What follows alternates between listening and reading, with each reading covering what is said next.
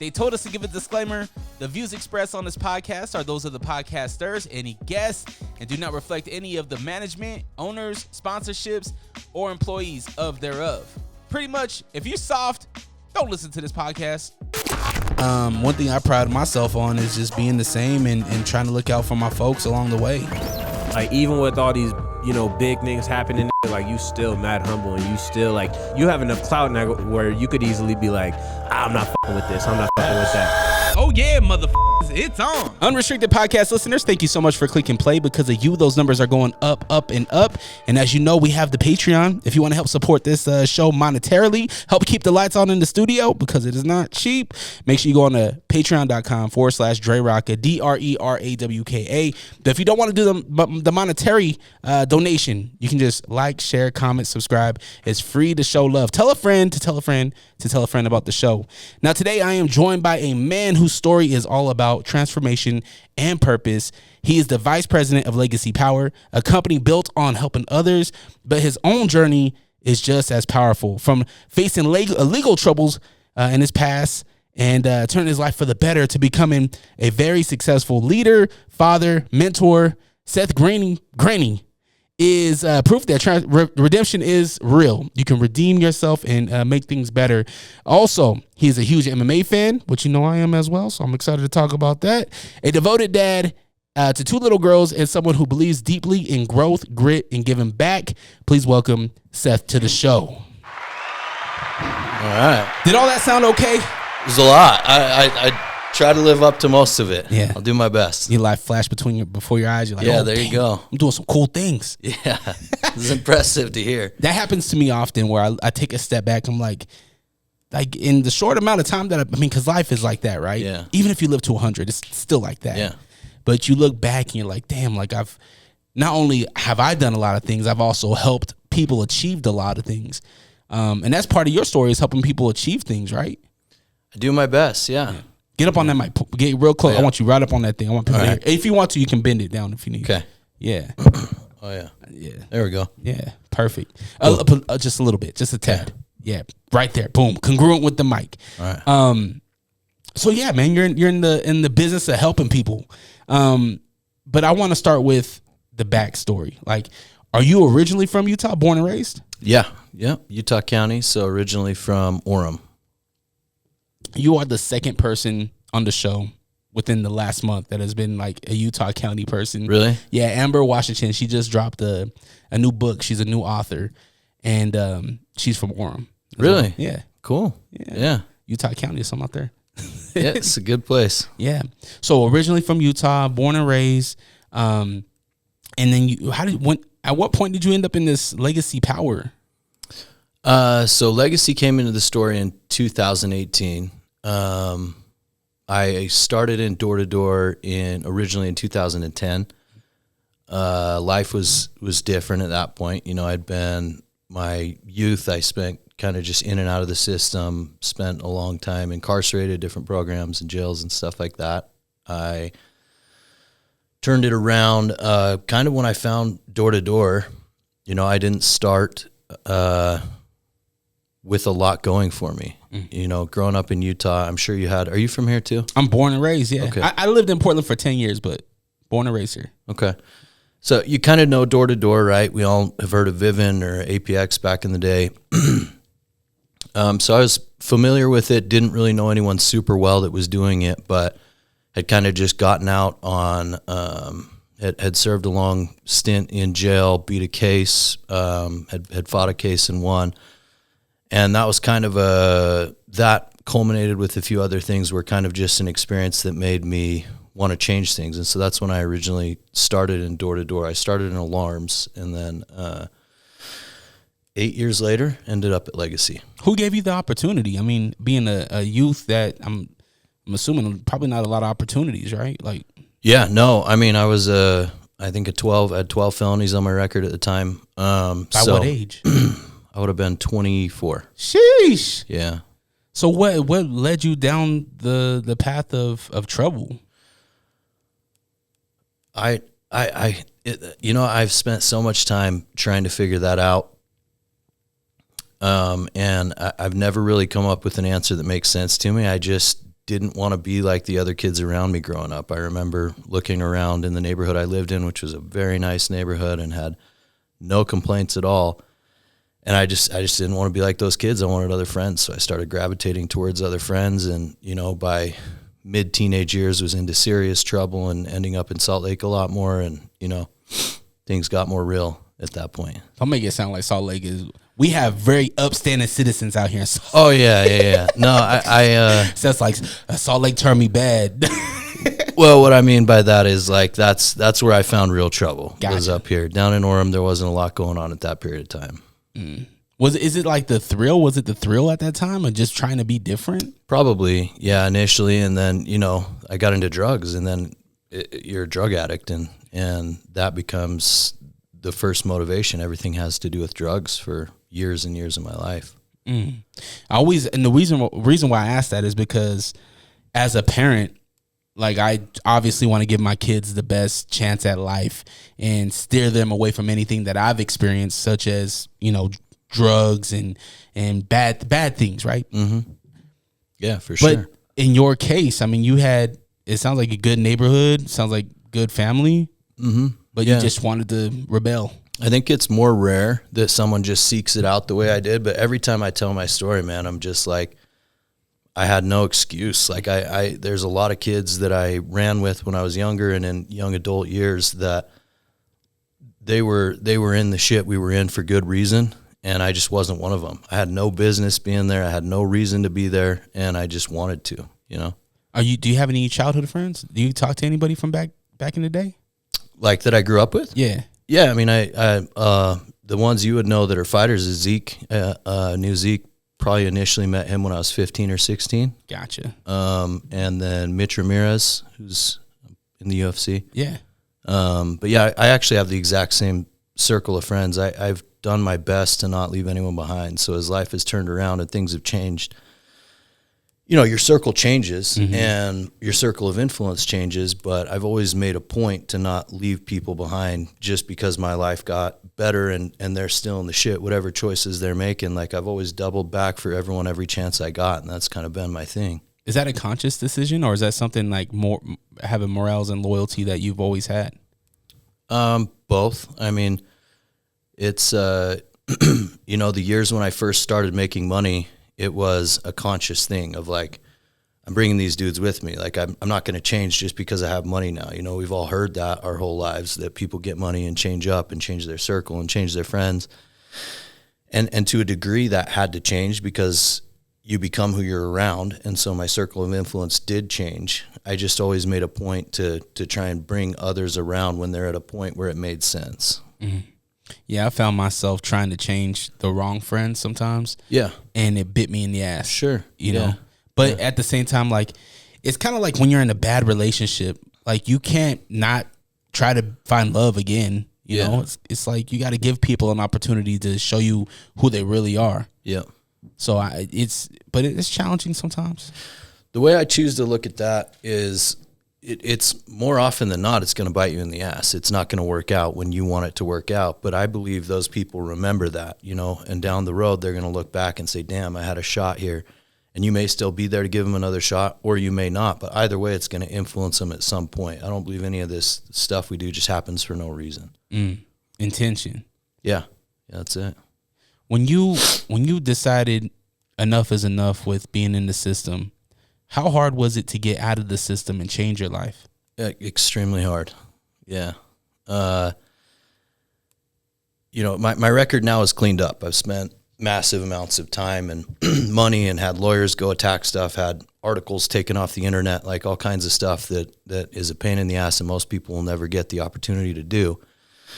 But man, initially, I had to live in the same places where I was selling drugs my whole life. I had to live around the same people. You can't get super far away because you're going to have to find felon-friendly places to live. Your income, even as I started making more money pretty quickly when it was time to change, I had the money to live wherever I wanted after a year of door-to-door sales, but my record wouldn't warrant it. I had no credit to do that. And so, you know, I had to kind of bounce around the same neighborhoods that I'd spent all the years I was in trouble, which for me worked out fine, luckily, in hindsight. But for a lot of people, You know, it's easy to get sucked back in when you're in the exact same environment with the same people. I was gonna say, like, being an addict. My brother and my sister are both addicts.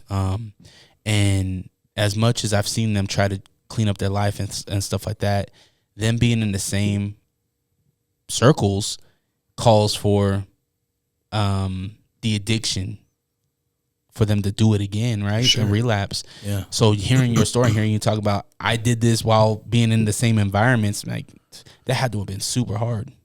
It was. I mean, it's a decision you make at a certain point, you know, and things haven't been perfect since I made that decision either. But at a certain point, you've had enough. You understand that something that's burning you every time you touch it is going to burn you when you touch it again. Mm-hmm. And so you decide that no matter how hard it is to not touch it again, you're just not going to do it, if that makes sense. And with time, you know, things do and can change, especially now. It's different than back in 2010, 2013, the years when I was first putting it all together. There's programs to Clean Slate Utah. There's programs that can help people clean up their record. There's people doubling back. There's a ton of them that I know that are in the prisons, that are in the jails, that are going and seeing people, mentoring and helping them turn this stuff around. And so while it's still very, very hard, information is more accessible in 2025. There's a Facebook group that I'm part of that's a felon-friendly Facebook group for people to find housing, and it's not all in, you know, the hoods. Mm-hmm. And so it helps people diversify a little bit, but the environment is a big part of it, man. And for most people, that has to change. Is that part of the reason why you continue to tell your story? Because you just mentioned it. You wiped the slate clean on the internet. You paid a lot of money to have your record clean and fresh new start. You're a vice president of a company. Like, you have, you know, you have a lot of accolades, right? But you still mention your past, and you still talk about things that, in my opinion, some other people will not talk about. Is getting this information out, is that the reason why you address these things?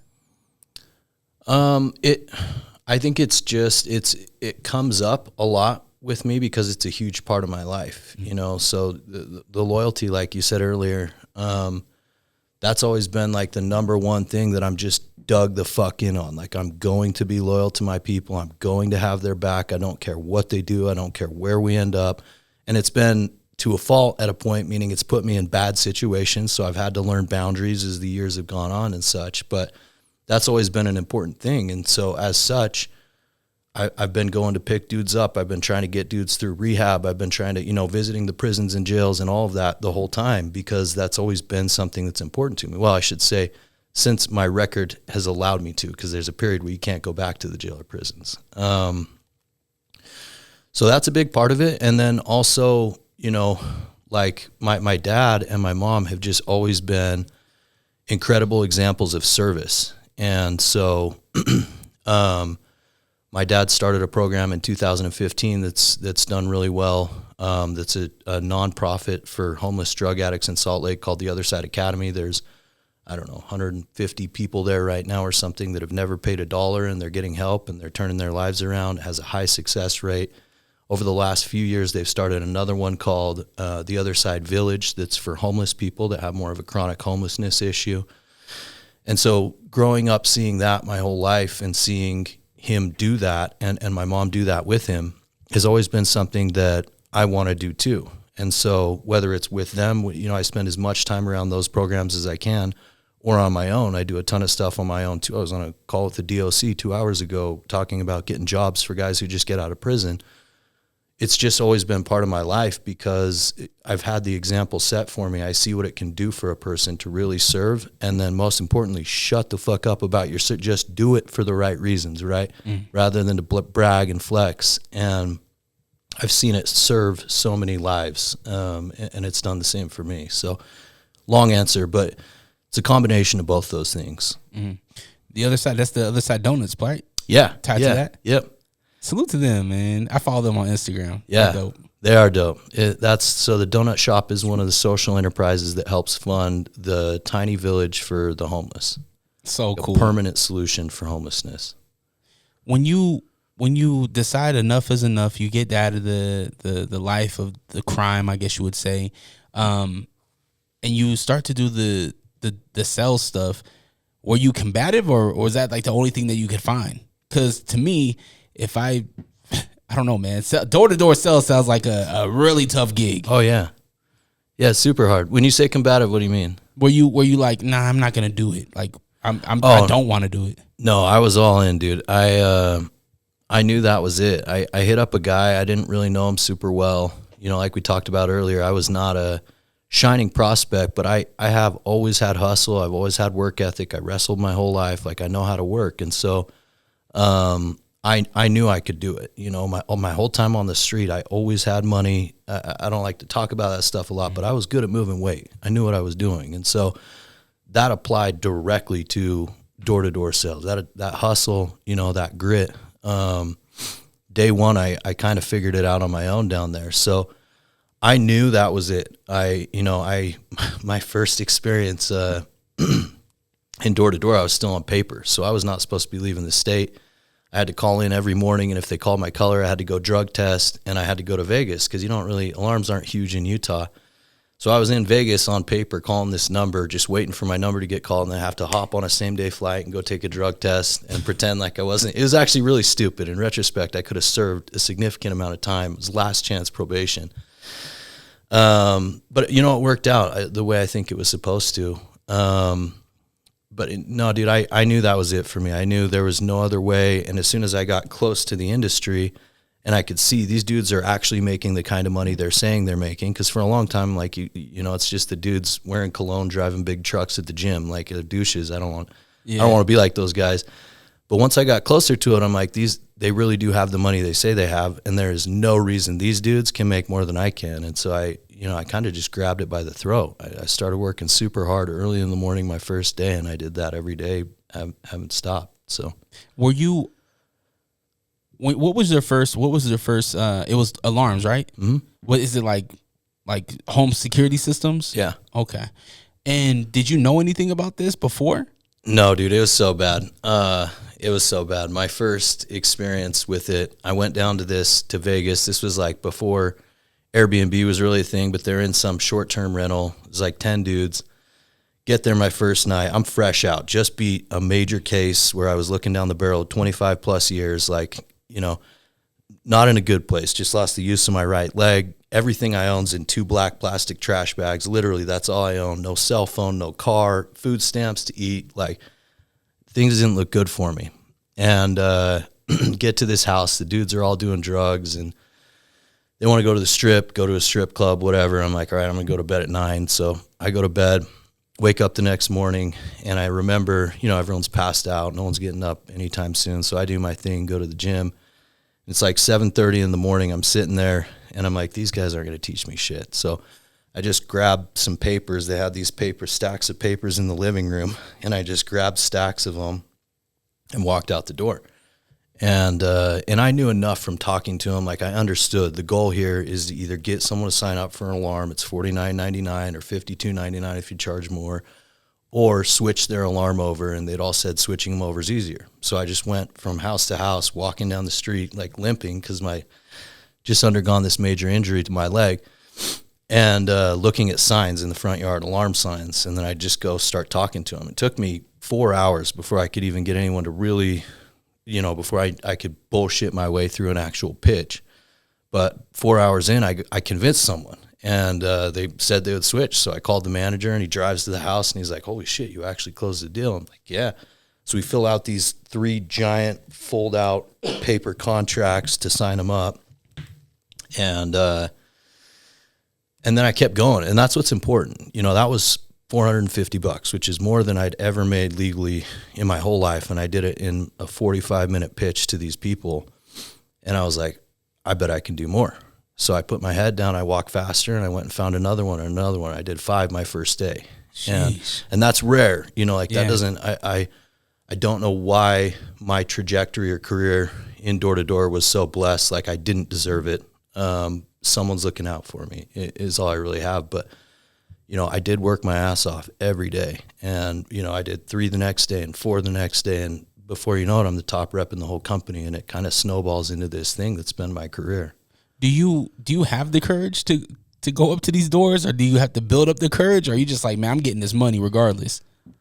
Dude, I had a pretty wild life, so there's not a lot that anyone's going to do to me down there that really scared me. I mean, there's times where people would think I was up to something and like call the cops, and I'd get nervous, you know, like, are they going to find out I'm on probation? That's what I'm thinking. Like, you're on papers. Yeah. You got a jet. Yeah. Like, I would do anything I could to keep them from calling the cops, but it still happened a few times. are you tatted up during this time? Yeah. Damn. So you're a walking billboard. Yeah.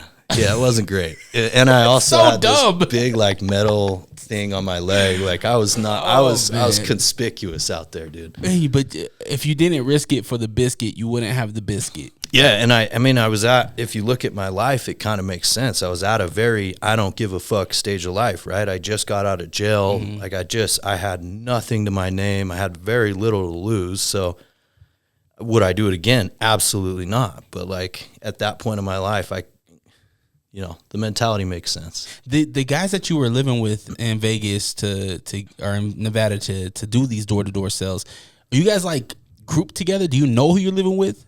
I knew one guy who he actually wasn't there, but who was like the regional over them, who sent me down. I knew a couple of them kind of from, high school, like had some kind of relationship or something. I didn't know anyone really well though, but it was a team. But the team ended up getting disbanded because they all just got strung out and no one sold anything except me. So after like a month of being there, the regional shut it down and was like, we're losing money other than on Seth. And then a month in, they're like, we want you to manage a team. And, which was a horrible, like I had no business running a team. I was really good at selling and that was it.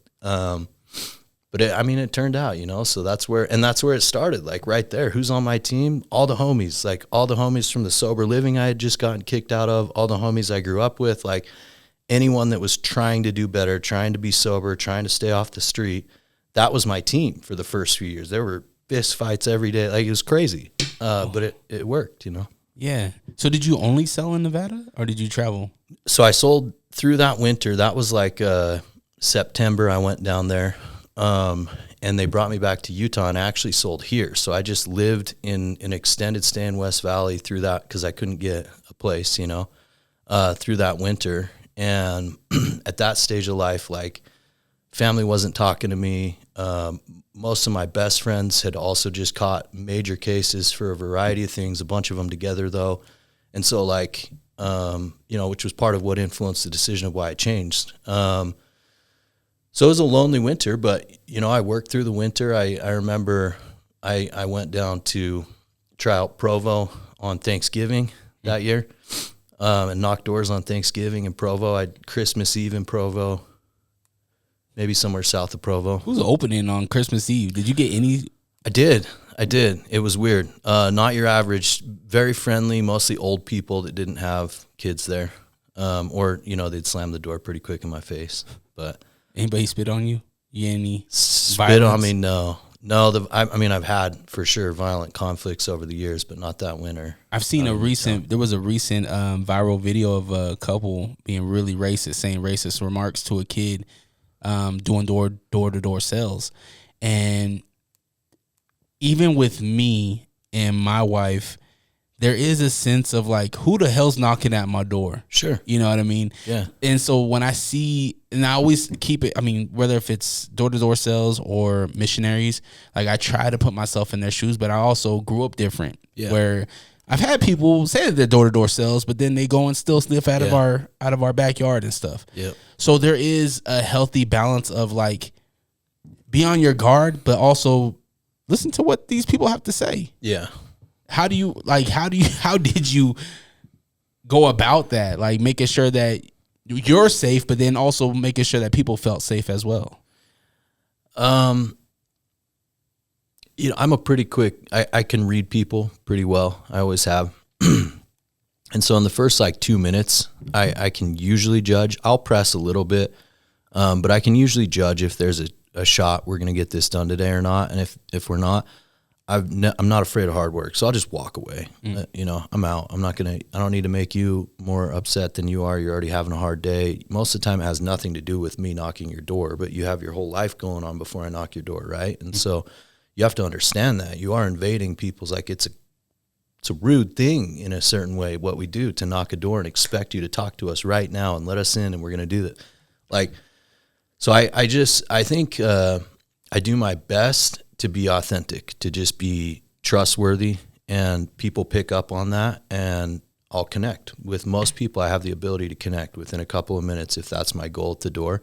And if I can't, it's like I'll either come back later on, or there are so many more doors for me to knock, dude. I don't need to deal with you. That's true. You know? Are you like the postman and you park at the corner and just walk the whole block and then walk back to the car? Yeah, depending on where I'm at. Yeah. How many miles a day you doing on average? I've never tracked that. I mean, I haven't knocked like for income since I was promoted, which was like 2020. And before that, I don't know. You know, every area is different. There's areas where you'll drive to every house because you're prospecting it, you know, and then as solar, it was also different because I was prospecting, like choosing the houses I'm going to talk to based on certain criteria. So you spend more time in the car. But then you go to, you know, the summers in like Baltimore, Philly, the stuff where it's all row homes. You're parking. I actually wouldn't even see my car most of the day because it's a waste of time, you know. When was Legacy founded? Legacy was founded in 2014. And you came on board when? 2018. So they were established for 4 years. You join in.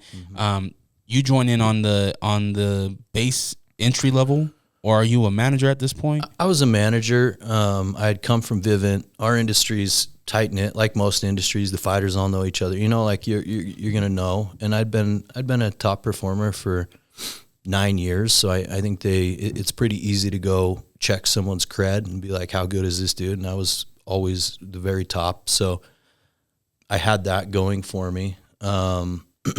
And I knew the guys from Vivint, they're the same background, right? Like top performers that started Legacy.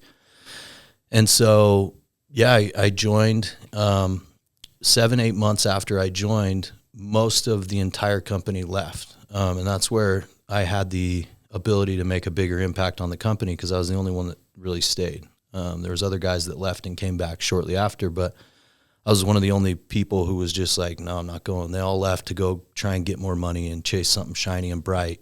And that just wasn't enticing to me. I had developed a trust and a relationship with the CEO and the CSO, Doug and Luke, that was like, I'm loyal to them. You know, that's how I was raised. So I'm a loyal dude. And so I stayed down in Vegas. I had a small group of guys at that point that I was running.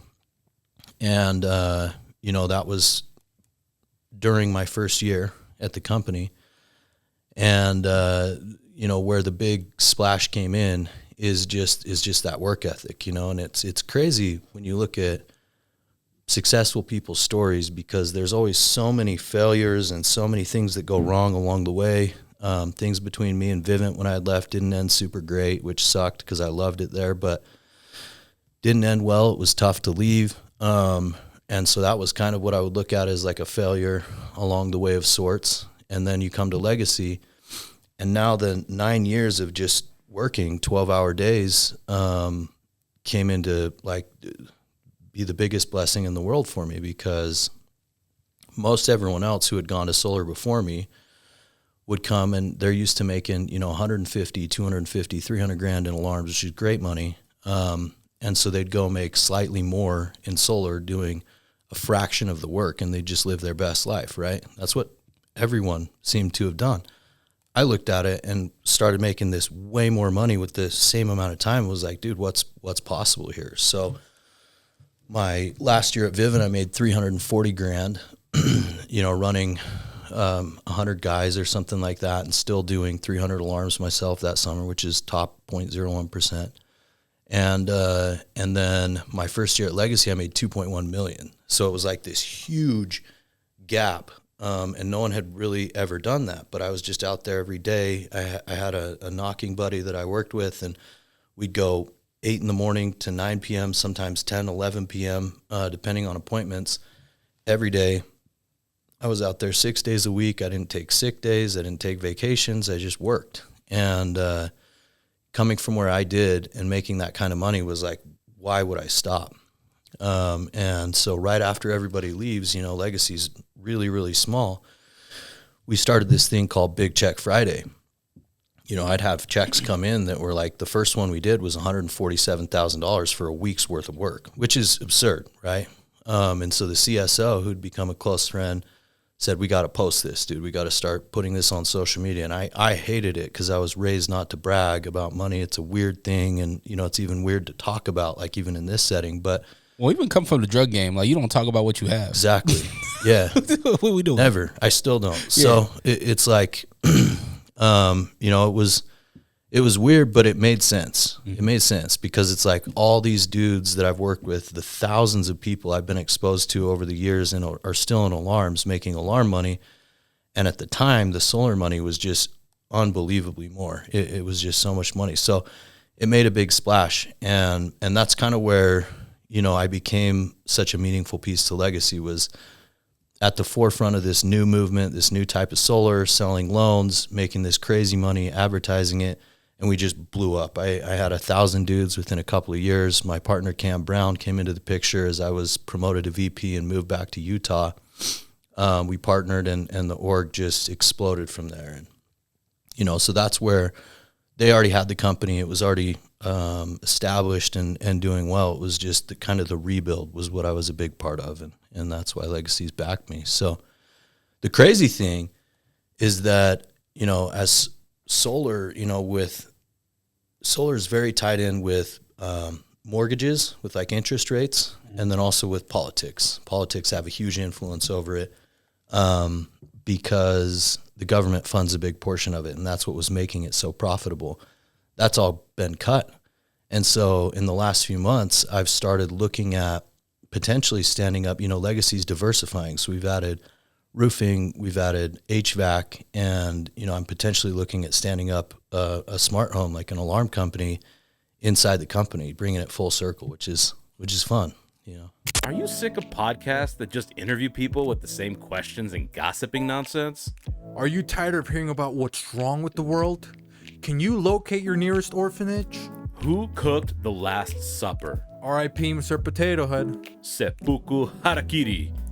Where is Mavis Beacon? This is Hos. And this is host Beefy. Listen to the Beans and Rice podcast. Exclusively in Braille and all streaming platforms. Patent pending. I'm looking over at Zach Partridge, and he just said, wow. Got the tap. Drake Anderton headed home with some hardware. She was smiling while she was smashing her. Did I see Hannah Silva motion that she wanted a belt? Micaiah August, debut successful. What a win for the prize fighter. Amazing. How about that, huh? Let's go!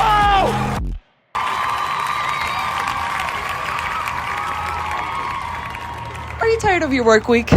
Boss breathing down your neck? You hate Mondays?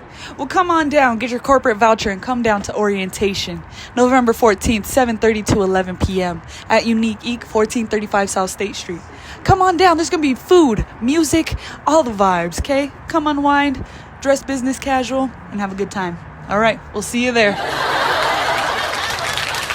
No pukesters helping me to the left, and no pukesters helping me to the right. Didn't need them then, don't need them now. You are the ex-champion only. Now this is the way, Tony and David, that you do the figure four leg lock. You love wrestling. Do you believe that Stone Cold Steve Austin is the greatest entertainer of all time? Or maybe that Shawn Michaels is the sexiest man alive. Or did you have a thing for Sonny from the years of 1994 to 1996 like I did? Did you know Yokozuna isn't even Japanese? If you could count the number of dimples on Rikishi's ass, this podcast is for you. Follow us, the Figure 4 Podcast on Instagram, at Figure4 Podcast. And check us out on YouTube. Do it. Tell your punk ass friends about us. Yeah. You have to pivot, right? Every company has to pivot. Legacy is very young, a very young company. Yeah. Pivoting from, it doesn't sound like you guys are going away from solar. No, it'll always be the foundation. Adding to it. Yeah. Do you guys want to stay with home, I guess, work? Home services? Home services. Yes.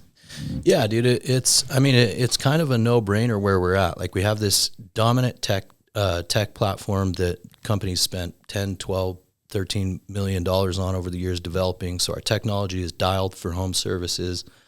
We have really strong leadership. We have a really strong platform with, everything that it takes to build any kind of door-to-door direct sales model. And solar, there were those years I'm talking about where everyone was making millions of dollars, and there was this boom from 2018 to 2022 started to die off, and 23 is when it really did.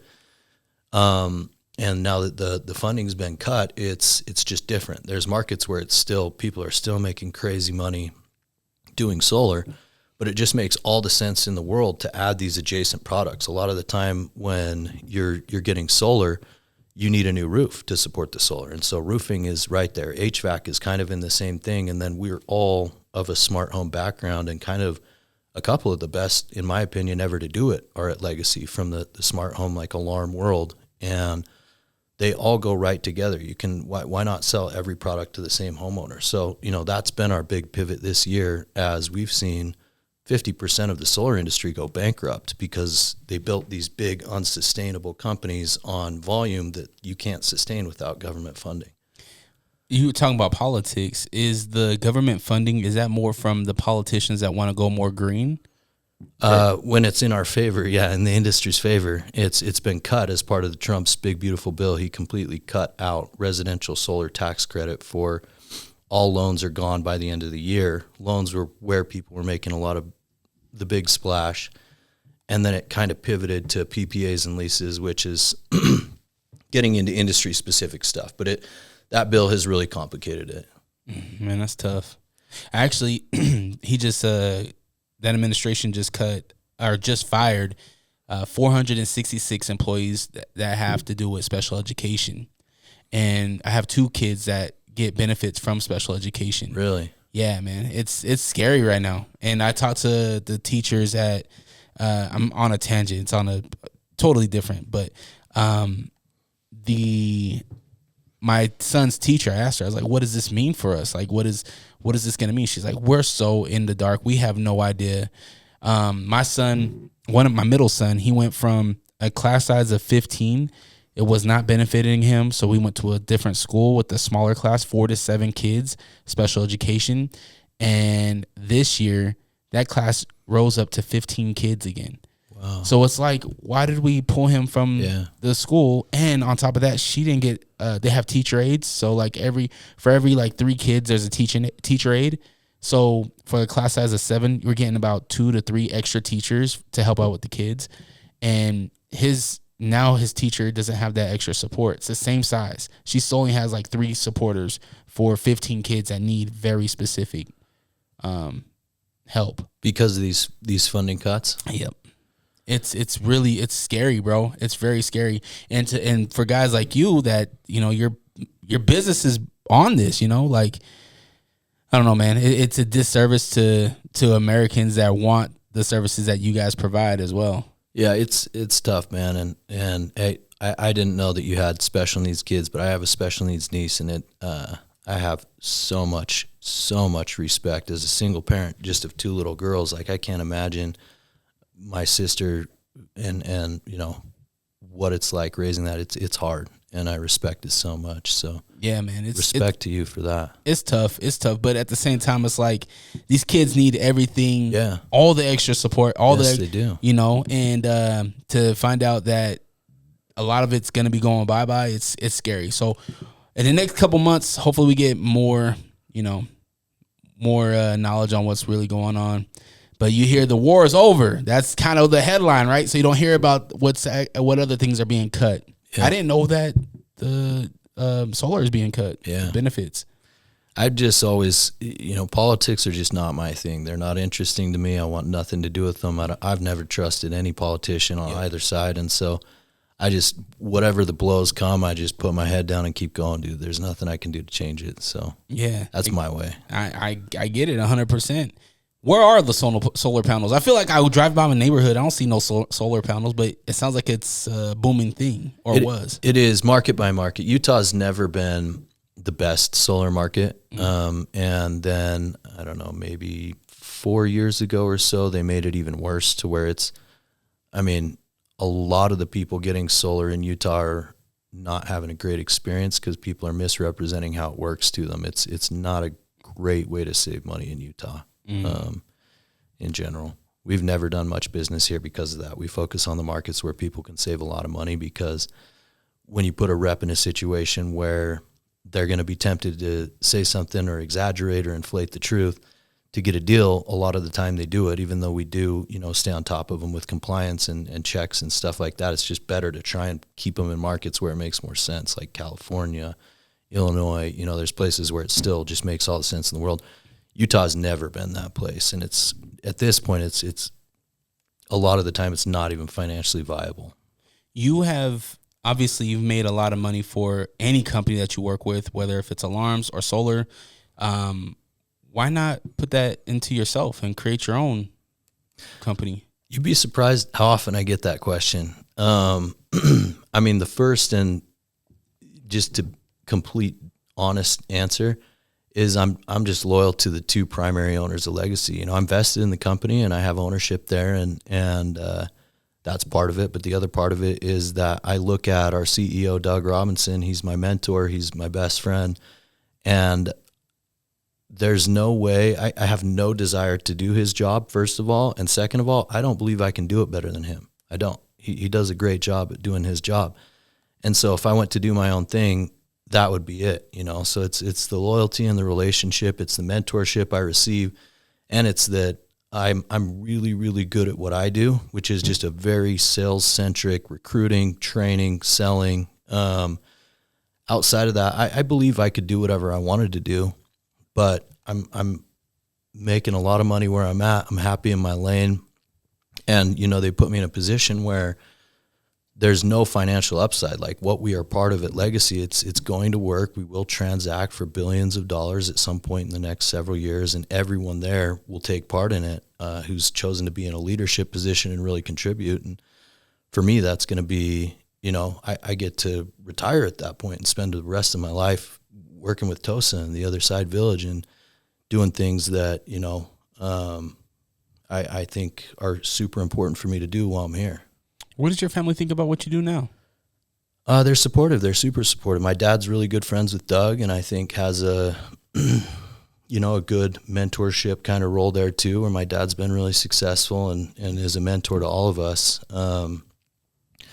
Legacy donated the money to have the exercise room at the Other Side Academy built. So you go in their workout room, and it's called the Legacy Room. It's pretty cool for me to get to see and be part of. They love it. They're, everyone at Legacy on the executive team has gone and spoken at Tosa, and that's what we call it, the Other Side Academy. They're super supportive. I think at first it probably was hard for them because they're Utah Valley people, and with not having been super close to it at all you hear is the bad stuff about door-to-door guys, all of that, the bad reviews, the guys that do business the wrong way. But over the years, and especially as they've gotten to know the guys at Legacy's different. The ownership's different. The way the company runs is different. And, right or wrong is a big and important thing here. And at a lot of door-to-door companies, unfortunately, it's not. So I just think that's helped. But, they love it. They love Legacy. They're all in on us. And, yeah. What is the day-to-day of a vice president of a solar panel company? My primary responsibility is to serve the people that are there now inside our organization. And so it's really just putting out fires. It's, something wrong with the commission, something wrong with getting a split for a guy. I just work for my people. So whatever the leadership needs me to do, that's my number one focus. Number two is recruiting. It's completely inevitable in any company really, but in a sales company, you're going to have attrition. Guys are going to quit at some point. And so you have to not only replace that, but in order to grow, you have to always be recruiting new guys. And so I'm super active on social media. I'm constantly reaching out to new people, building. I have a lot of long-standing relationships from having done door-to-door for a long time. So I'm always trying to keep those relationships alive, see when there's opportunities to work together. And then outside of that, bringing guys in, recruiting them. And then I travel a lot, and so I'll go to the markets where we have teams, and I'll go visit guys and kind of just try to spoil them, take them to nice dinners, buy them stuff, go to correlations, speak in meetings, and try to get people excited. Hype up all our competitions, just that kind of stuff. Glorified cheerleader is how I describe it. You talk about recruiting. What are you looking for? What makes a good candidate? Number one is grit. Like, door to door is hard, and you describe kind of that anxiety of knocking a door, which to a degree is always going to be there. You learn to overcome it very quickly because there's nothing actually really to be scared of, but it's grit. You've got to be able to get a certain number of no's for every person, for every one yes. Everyone's number is different, but the number is always high. You're always going to go through a lot of no's, a lot of no answers, a lot of hot days, cold days, rainy days in order to get the yeses, in order to get the deals, in order to get the money. So grit is number one. And then for me, number two, one of the things that I would like to believe I'm best at in my career is developing leaders, is turning people, not turning them into, but showing them how to become better at what they do and level up and do things they've never done before. And so for me, it's I have to find people I want to be around. You'll hear me reference the circle of influence a lot. It's something I'm very conscious of, how much time I'm spending and who I'm spending my time with, because I know they're going to influence me in some way. And so they've got to be people that care about doing the right thing, people that care about serving others that don't have the same opportunity as them, people that care about helping the other people who work for them, people that aren't going to be dishonest when they get the opportunity to tell a lie and get more money. I look for good people. So those are the two main things I look for in people. The list goes on, but I would say those are the big ones that kind of filter people out for me, of like who I'm willing to put a lot of time into. You sound like a servant leader. And maybe I'm wrong on that, but what is a leadership lesson that you have learned that you weren't taught? That I wasn't taught?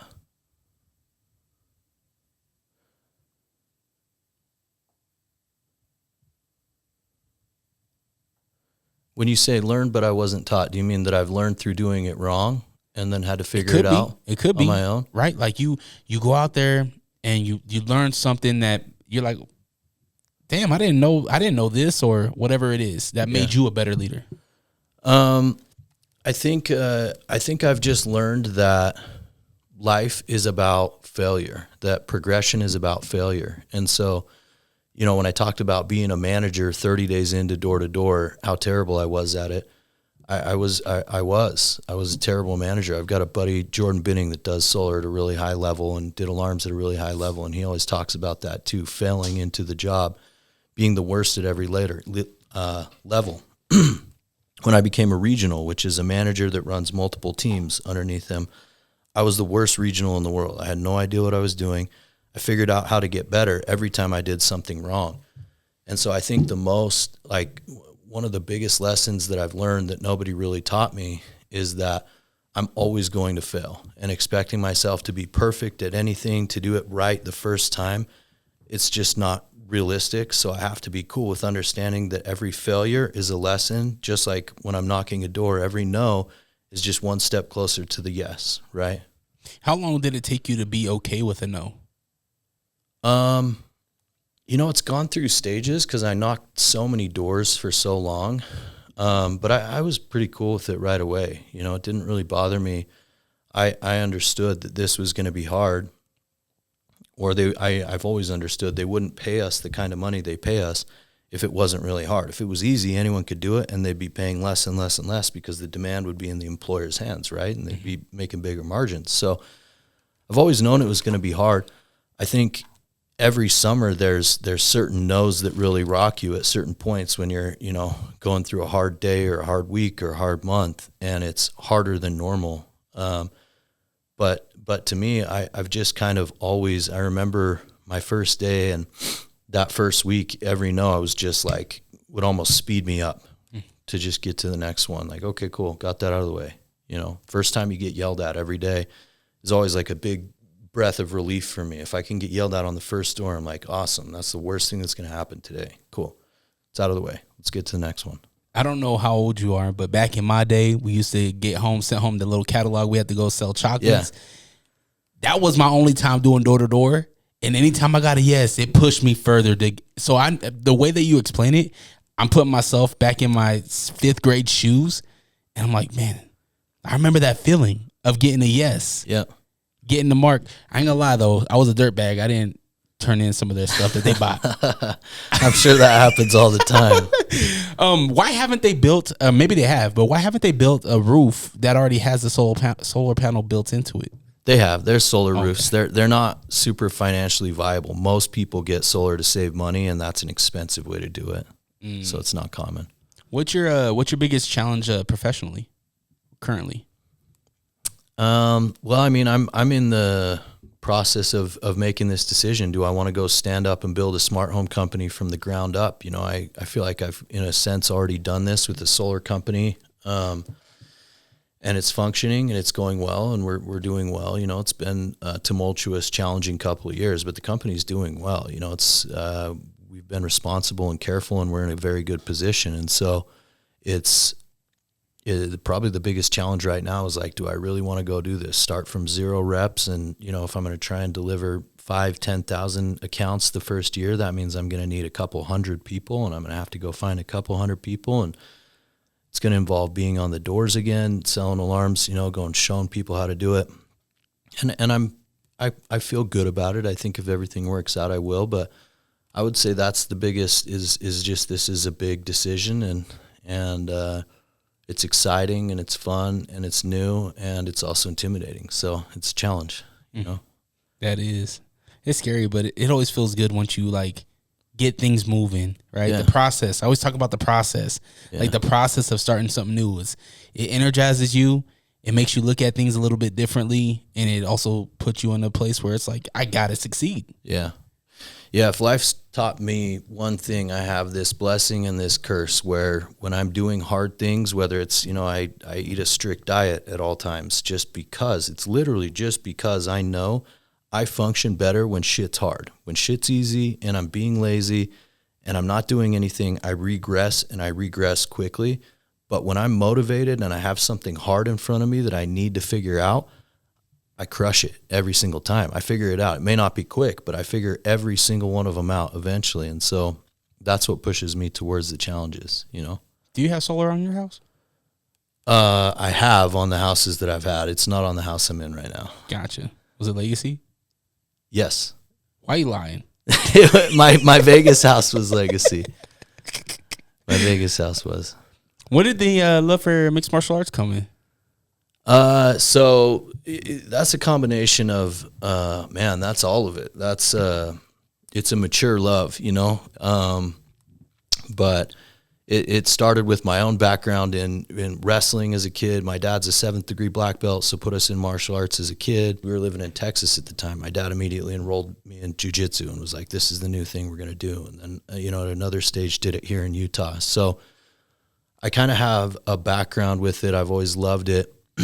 And then as the homies started to really get into it, you know, it kind of just drew me in, watching Zeke start after the Marine Corps and going to his fights, and seeing that take off, and then watching Mitch take it to just this extreme is this level of work and dedication that is you know, is an example to all of us.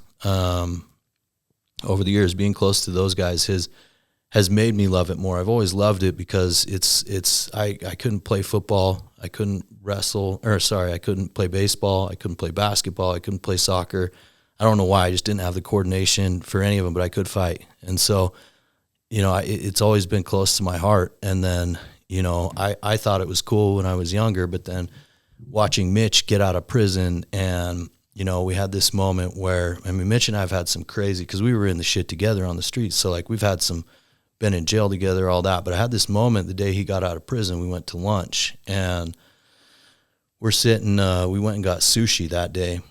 And I was telling him about alarms, actually. I'm like, homie, you're a felon. This is it. This is all we got. This is the only way you're ever going to make 6 figures. Like, you have to come do this. You have the gift of gab. It's the right thing. And he was kind of quiet, but he was just like, no, dude, I really think I can make it to the UFC. And he kind of painted this vision for me of how he'd been practicing. And he had already trained quite a bit before. He knew Court McGee, and we both knew Court. And so, you know, I knew there was some exposure, but at that lunch, I'll never remember. It was like after I listened to him talk for like 5 minutes about how he wanted to do this, I was just bought in. I was just like, yeah, you are going to make it to the UFC, you fucking psycho. Like, let's do it. I'm in. And so I was at his first fight, and it was out the back of a bar, and I watched him knock that dude out in 20 seconds or something. And that was what his career looked like. So it's just, you know, it's watching the ups and the downs and how hard it is, and how you have to keep learning and practicing when you're already the best, and watching those two has just given me a whole new love and respect for the sport than I have for almost anything else in the world, you know? So why weren't you influenced to take it? So in 2013, I lost the use of my right leg. So I was involved before that point. You know, being the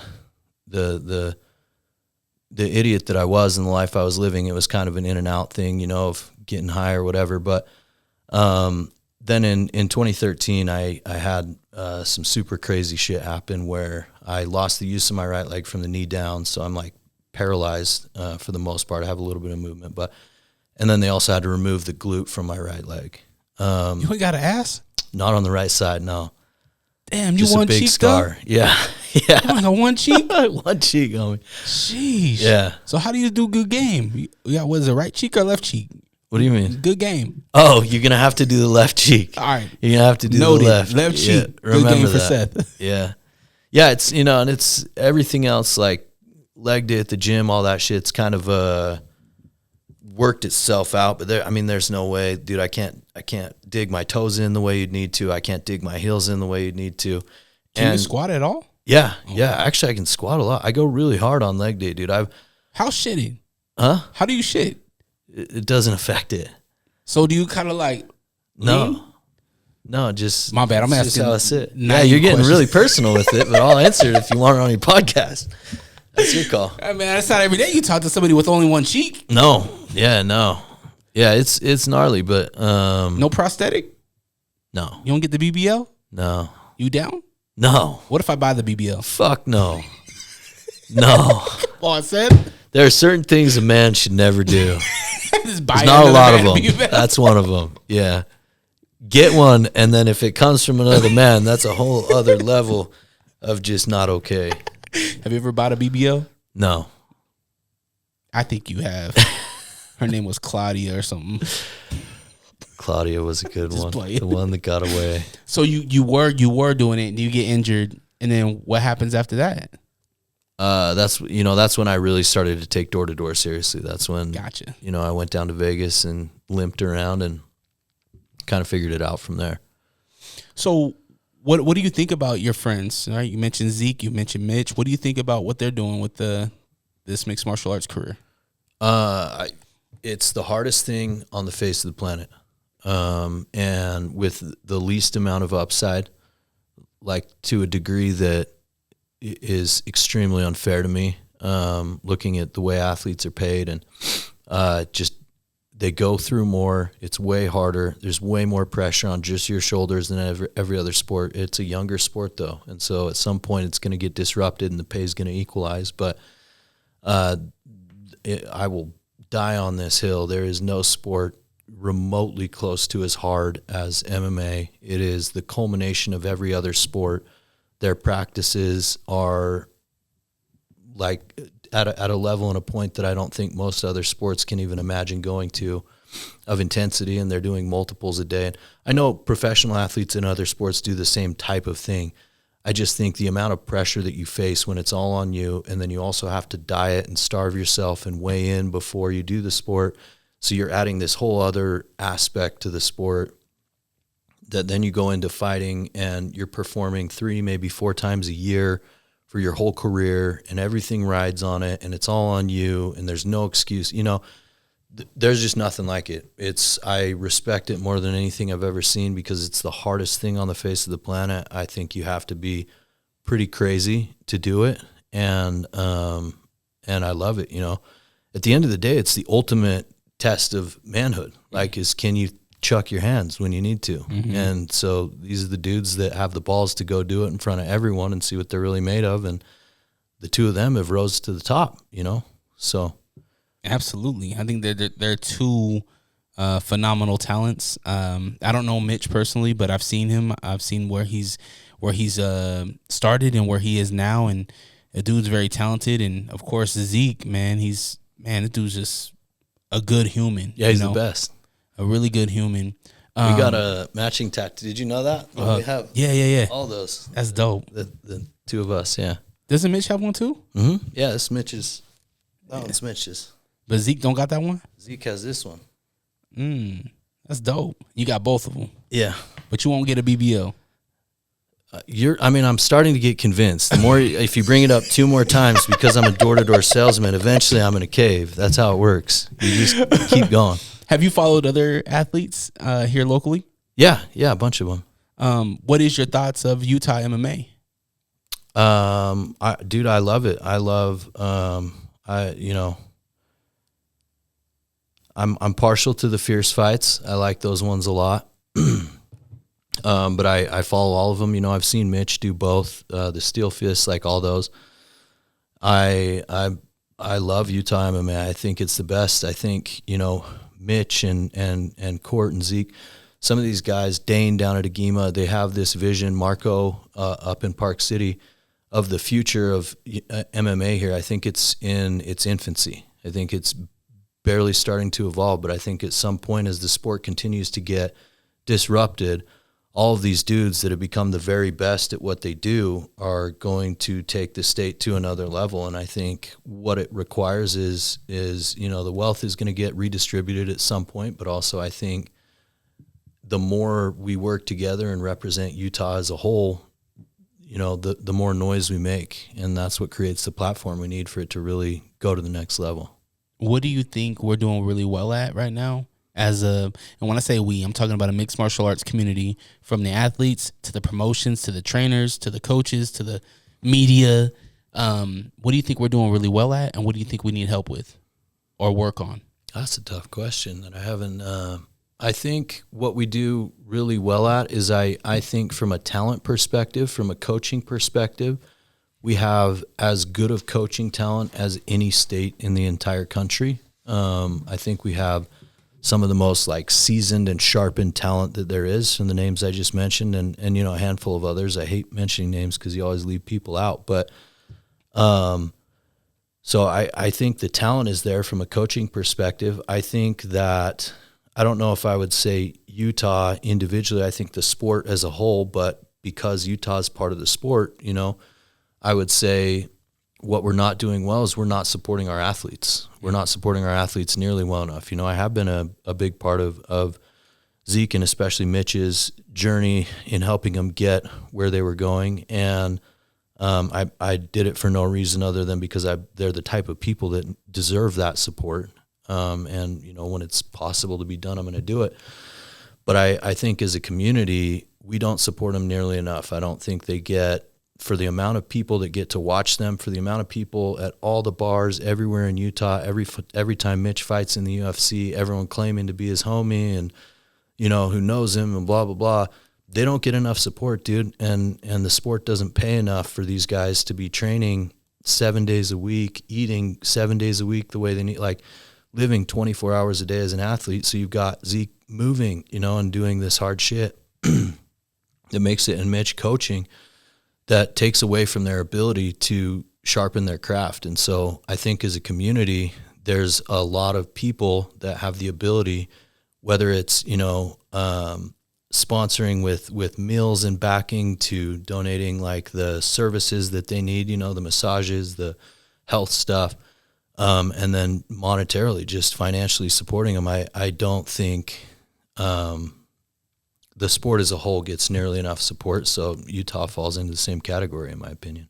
This is something that's very close to my heart as well, because I agree with you, but I also believe that the fighters aren't telling the people what they need. Yeah. We don't know what we don't know. When I say we, I'm talking about a community that enjoys fights, but doesn't know that somebody needs, the way people look at it, the common person is that, oh, they fight at that gym. They can go to that gym and they can just get their training. They don't need, they don't need meal prep. They don't need massages. They don't need a chiropractor. They don't need to pay for their labs. They don't need to, training equipment. Like the common person doesn't understand that or doesn't know that.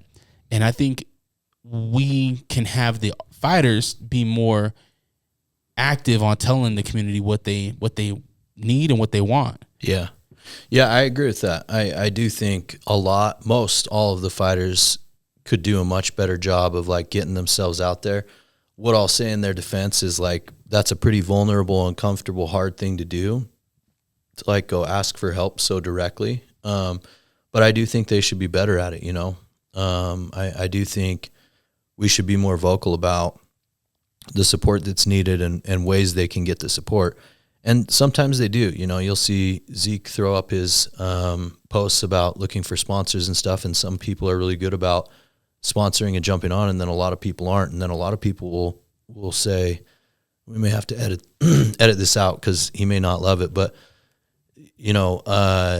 people will like try to get him to do it for free and try to get their logo up for free. And he's just a good fucking human being. So he does it a lot of the time, but it's a business. That's their fucking job, dude. And so, that's what really grinds at me. I've seen it with both Mitch and Zeke. I've seen people really try to take advantage of and use all their hard work that has created this platform and this image to advertise or manipulate and get their business to benefit while not giving jack shit to the dude that's getting punched in the fucking face for your entertainment, Yeah, it's definitely something that I feel athletes, they need the more support, right? Yeah. My part in that is making people aware of this thing, yeah, right? It's good. Letting people know that we do have this really cool promotion called Fierce Fighting Championship, and that we have great talents like Zeke, like Mitch, like Kent, like these other athletes that are, in my opinion, some of the best in the world. For sure. The world just hasn't seen it yet. Yeah. Hell, Murray hasn't seen it yet. Like, we need people in Murray, West Valley, to go to the Masonic Temple to see these guys fight. Yeah. And get busy. And also making other companies aware that we got this cool thing happening. Yeah. I don't know. There's so many, and I'll tell you off air of some things that I got working on. But I love when I hear passion, and I can hear the passion in your voice about your homies. Yeah, these are my best friends, dude. These are my brothers. Yeah. They need the support. With that being said, do you train with them? No. You holding mitts? No. I mean, I'll go down from time to time, but I just don't like to. Dude, they're on such a level, these two, that I feel like a lot of people will try to clout chase and get involved and look like because they're close to them. So I just don't. I don't want to come across as like I'm like anywhere near the level of either of them. Yeah. So, why don't we have a legacy fight team? That would be sick. That the first person I'm going to beat his ass is the CEO, Doug Robinson, because his favorite thing to do is talk shit to me. Every time he meets one of my homies I grew up with, who would win in a fist fight between you and Seth? And he's the CEO, so no one has it's like a lose-lose for them. Yeah. So there you go. There's your answer. Legacy Fight Team starts with, let's promote an event where me and Doug fight in front of 100,000 people. I don't know Doug, but I think Doug might have your number. He does. You can't beat up the boss.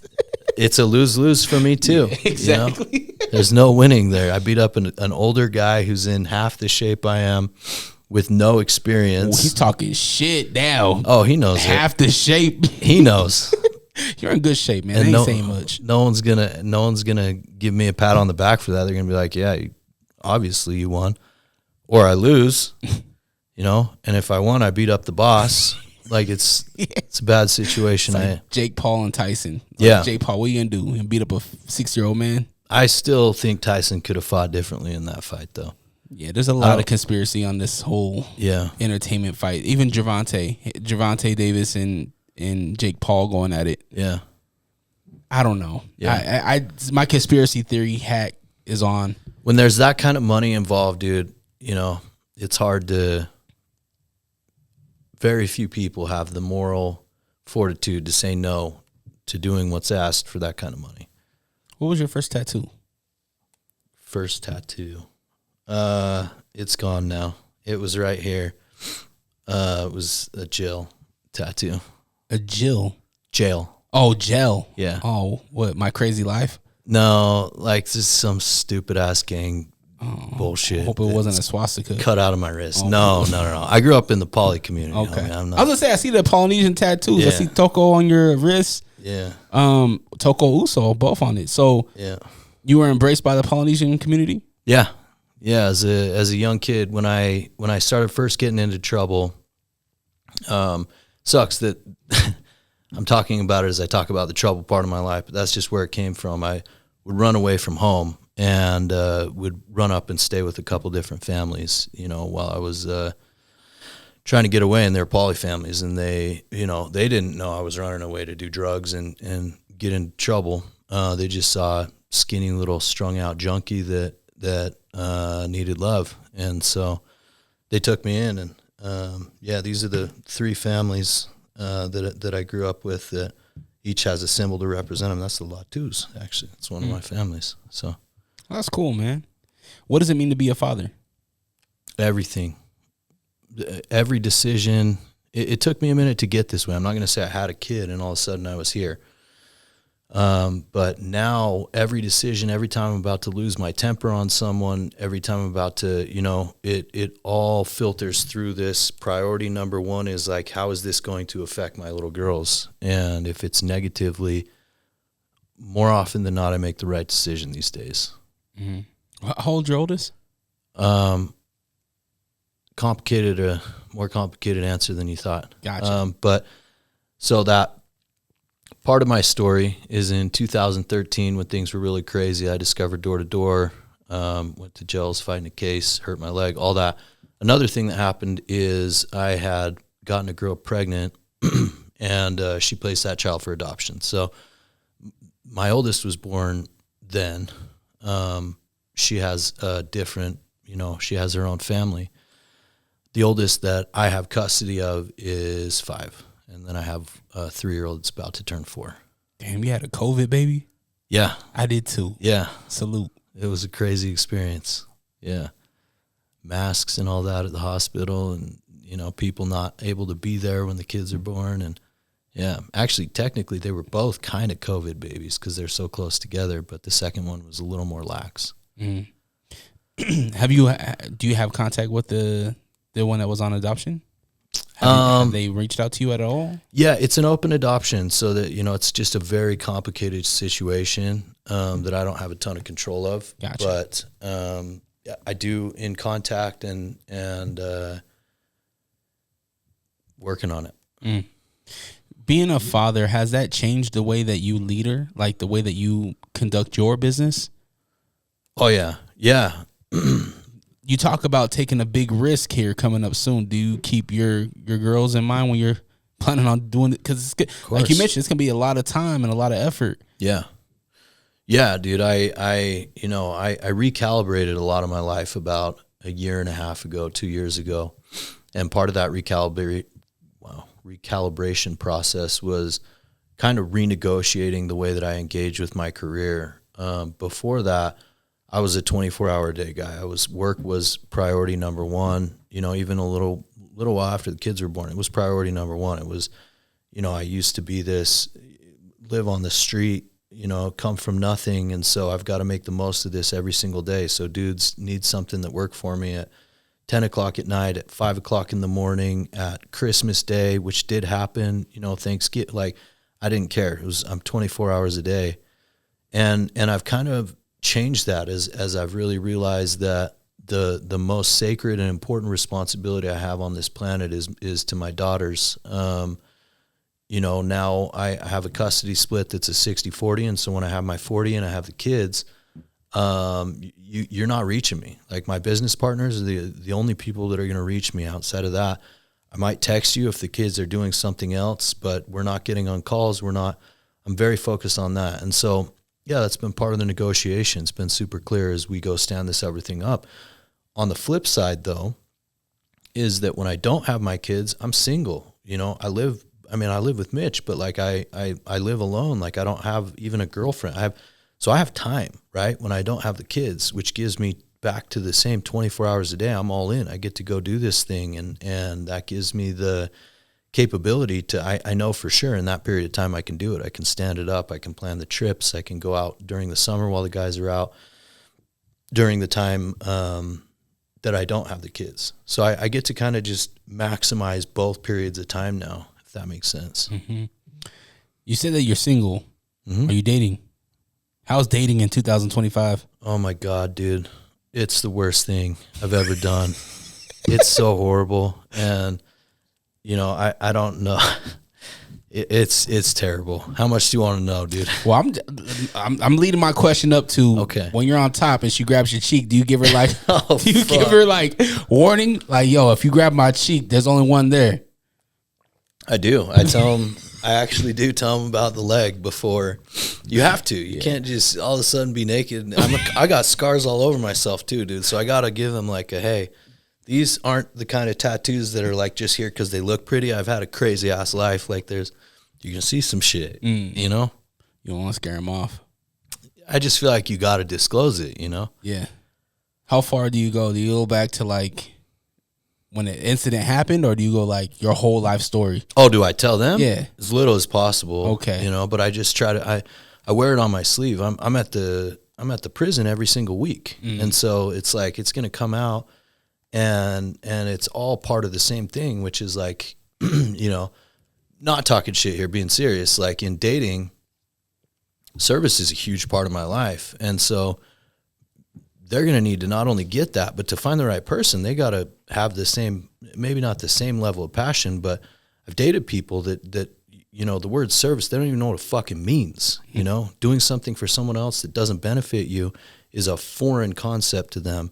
And so it kind of all wraps into like this, it's different, it evolves, and hopefully I get better at it because I don't think I'm very good at it yet, but pretty quickly in the dating of like feeling out how much, you know, well, yeah, I'm up at the prison all the time because I have this background and it gives me a unique ability to help these people that no one else wants to help, but these guys will actually listen to me too because I have some credibility because I come from the same place as them. By the way, this is a huge part of my life, and I can read, you know, I can pick up very quickly. Finding the right person, that should be attractive. That should be dope to them. And if it's not, that's cool. It's just probably not a good fit. Yeah, when I first got with my wife now, she had a hard time understanding that I'm a DJ too, and that I'm going to be out until 1 a.m. and I'm going to be posting, you know, videos and be interactive and whatnot. And this is why the BBL keeps coming up, is it's a DJ music video thing, isn't it? I mean, it's just socially. I mean, right? Like you got one cheek and there's a surgery that can give you another cheek, and it can give you a fat cheek that got some weight to it. This is the first time anyone's ever brought up that that's a thing, by the way. The BBL? There's also I'm trying to help scars all over the leg though, so that doesn't. And there's plastic surgery for that. No. It's that bad? Yeah, it's gnarly. I'll show you after if you want to see. Do you have to take your pants off? Oh, no, I'll show you a picture. Oh. Your homeboys are going to be like, what did you walk into? No. In a dark fucking studio. It ain't dark in here. Stop it, Seth. It's dark over there. Nice. We got lights, man. It's nice. A nice studio. It's just, you could tell the story in a scary way. You know what I mean? So it took my wife understanding that, hey, like what comes with me is a lot. Like I'm in the spotlight, you know? But I also tell her at the same time, like, it's also a plus for you because if I'm on bullshit, you're going to know. Yeah. Like everybody knows everybody. Yeah. I live my life. We live this life, and I mentioned it. It goes by like that. And I don't got time to be on any bullshit, you know? Like what you see is what you get with me. I'm going to do what I can to help you, and I'm going to enjoy life while I can, you know? And my wife, she ended up embracing that, and now she understands like when I am doing whatever, DJing or, you know, a podcast, whatever it is, broadcasting, she knows that I'm not on no bullshit, you know? And I think that whatever woman steps into your life and vice versa, you step into hers, there's understanding on both ends. Sure. Yeah. You didn't get with a poly girl though? No, I got too many homies, dude. It's going to be someone's cousin. Why are you scared? I can't do it. Have you ever dated one of your homies? No. Girls? No. Like sisters? No. No, never. I know plenty of them. Won't do it. I'm out. Why? It's a beautiful thing, man. Do you don't think they want this to have you like brother-in-law? No, I'm already family. I know, but even more family. I got a Tongan name and everything, dude. We're good. It would be. I look at it as it would be like inbreeding. You're tripping. No matter what. Science won't let that happen. No, it's a family thing. Yeah, that's a good point. Science won't let that happen. You do have me in a fucking corner there. Yeah, I can't argue with that. You just won't do it out of respect. Yeah. I see it as disrespectful that you won't take one of my sisters. You know, that's a pretty outdated way to see things, but in 1840, I can see why you would have felt that way. 1840, I wouldn't be here. 1840, I would be behind you right now. Yeah, I don't have my years correct, do I? You might. All right, man. Well, I want to wrap this thing up. We've been going almost an hour and a half. Cool. How could somebody, maybe a potential candidate, they hear your story, they're like, man, like I think I can get on the train with Legacy. How can they get involved? How can they reach you? Whatever. Yeah, I'm easy, man. We're always looking to build with the right people. We're always interested in growing, especially, if we do decide to launch this smart home thing, we're going to be aggressively recruiting. So I appreciate the plug. Instagram, Seth.Grenny. Facebook, Seth Grenny. I'm an old man, so I still use Facebook. Either one is fine. Reach out, and I'm active on both, and I'm always super receptive to people. So there you go. Get involved with Seth. I appreciate you coming on to the show. Absolutely. Thanks for having me. Absolutely. Anytime. Maybe we'll have you and Zeke come next time. Yeah, it'd be fun. The three of us. We got to get Mitch on. I'm down. I tried to reach out to Mitch back when I was on radio. I was like, yo, come on the radio station. But he wasn't living in Utah. Yeah, he was down in Vegas. He moved back only a year ago or something. He'll come. Yeah, I talked to him today. Do you think, and you brought this up, so it brought up a question in my head. Do you think fighters in Utah need to leave Utah in order to succeed in their profession? No. Why? Because I know the highest level coaches here. I know them. And what Utah has, from my perspective, from what I've seen of other markets, and I have exposure to some of the high level coaches in other places, what Utah has on those states is our coaches have the same or better level of talent and experience, but they're better quality human beings. And, the fight industry, especially at the top of the game, when you get to the UFC, the promoters, the coaches, it gets grimy, homie. It gets grimy. Mm-hmm. And the dudes here, I know them. They're good dudes. They ride with their guys. I've seen them there with the wins, and I've seen them there with the losses, and they're down for their guys either way, and that's unique. Mm-hmm. So are we going to see, maybe not Legacy, but are we going to see Seth more involved in maybe other fighters' careers here in Utah outside of your boys, your brothers? I've talked to a few, and I don't mean to cut you off. And the reason why I ask is because I can see the passion in your eyes. I can see the passion, the way you talk about it. And I feel like you are a person that should be more involved. And maybe that's selfish of me to say, but I feel like more people with passion, the way that you talk, need to be more involved in what we have going on in Utah MMA. Yeah, I'm friends with a lot of these guys, and there have been times where I've wanted to continue to expand what we were doing. The business constraints are always going to be part of it. And the other part of it is that, at the onset of this thing with both Mitch and with Zeke, they're both extraordinarily talented dudes, but that wasn't what it was about. It was about that I knew them. It was the quality of dudes. I knew what they were about. I really, really knew these dudes, like through thick and thin. And in retrospect, looking back on the last, I was right. I was right about them. And so, yeah, as time permits and business permits, I would love to be more involved with more of the guys. I think my thing is always going to be, I know the right people are always going to win. And so it's about the kind of person they are first, and then it's about what they can do, with their hands and everything else second. if that makes sense. Yeah, no, you want to involve yourself with good people. Because these are, when it comes to like, especially as we've sponsored these guys, like I'm bringing them in around all of our sales reps and all of our people as a person of authority, as like a figure of like, look at this guy because of who he is. And so, and that's, I see the like incongruency here where it could be said you get to know other people and there's more of them. I understand that. It's just the involvement that I have with those two is that they're some of the deepest, most meaningful relationships I have in my entire life. And so there needs to be a little more room in my life somewhere for that to fit, if that makes sense. Absolutely, man. You're a dad. I get it. It's not personal. It's just kind of a time. And then also, as the business, pivots and turns, timing thing too. Absolutely. I told myself if Utah MMA comes back around in a place where I really believe in it, I'm gonna dedicate some time to it, because I truly believe in Utah MMA. I truly believe in the athletes we have here in Utah MMA. And I believe that if you have a passion for something, you should go for it, right? Mm-hmm. And I do it because I don't want it to fade away. Yeah. We're in a really solid spot right now. And if we can just keep this momentum going and keep growing, in the next 10 years, I guarantee you we're going to have a world champion right out of Utah. Yeah, I agree. It's going to happen. Yeah. And, man, just to say that you were a part of it, you're part of Utah history. You've already helped guys that have made an impact in Utah history, which is really dope. Yeah. Yeah, it's a cool thing, man, to be involved with. Awesome, man. Well, next time you see Seth, he'll be here with another guy in that seat. Maybe it's Mitch, maybe it's Zeke, maybe it's both. Let's do it. All right. Hell yeah.